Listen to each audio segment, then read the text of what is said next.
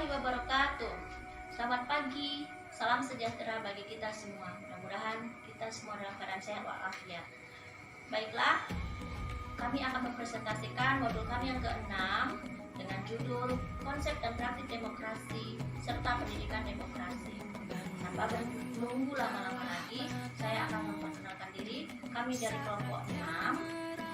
Saya sendiri atas nama Deli Mati Ulfa. Berikutnya adalah Ibu Anita, Linda Damayanti, Fitri Astuti, dan Ibu Evi Rizawati. Baiklah, kita mulai saja. A. Konsep demokrasi. Demokrasi adalah sebuah kata dalam bahasa Indonesia yang berasal dari bahasa Inggris.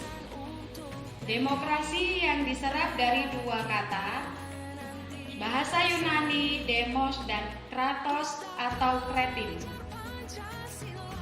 Demos berarti rakyat, kratos atau kretin kekuasaan. Jadi demokrasi berarti rakyat berkuasa atau government or rule by the people. Maksudnya, demokrasi adalah negara yang berprinsip pemerintahannya yang ditandai oleh adanya partisipasi warga negara yang sudah dewasa ikut berpartisipasi dalam pemerintahan melalui wakilnya yang dipilih.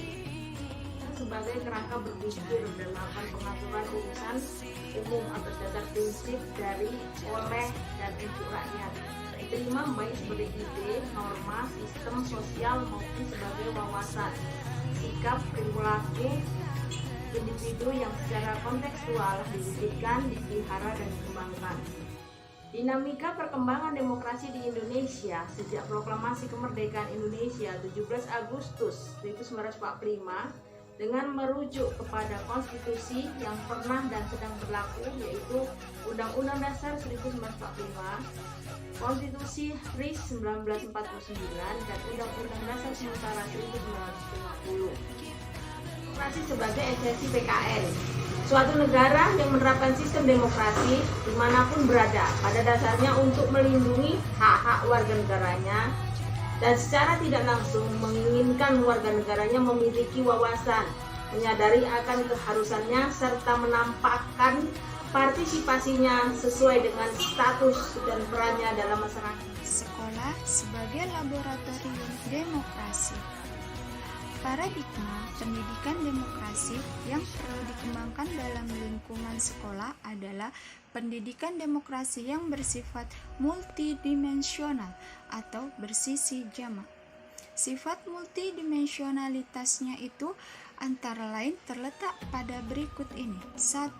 Pandangannya yang pluralistik, uniter atau bermacam-macam tetapi menyatu dalam pengertian Bhinneka Tunggal Ika. 2. Sikapnya dalam menempatkan individu, negara, dan masyarakat global secara harmonis. 3. Tujuannya yang diarahkan pada semua dimensi kecerdasan termasuk spiritual, rasional, emosional, dan sosial. 4.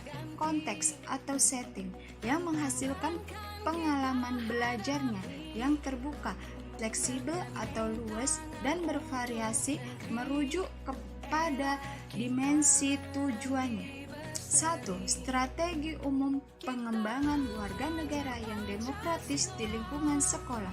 Secara sederhana, strategi dapat diartikan sebagai serangkaian langkah yang dipilih untuk mencapai tujuan atau target, atau a way of achieving target.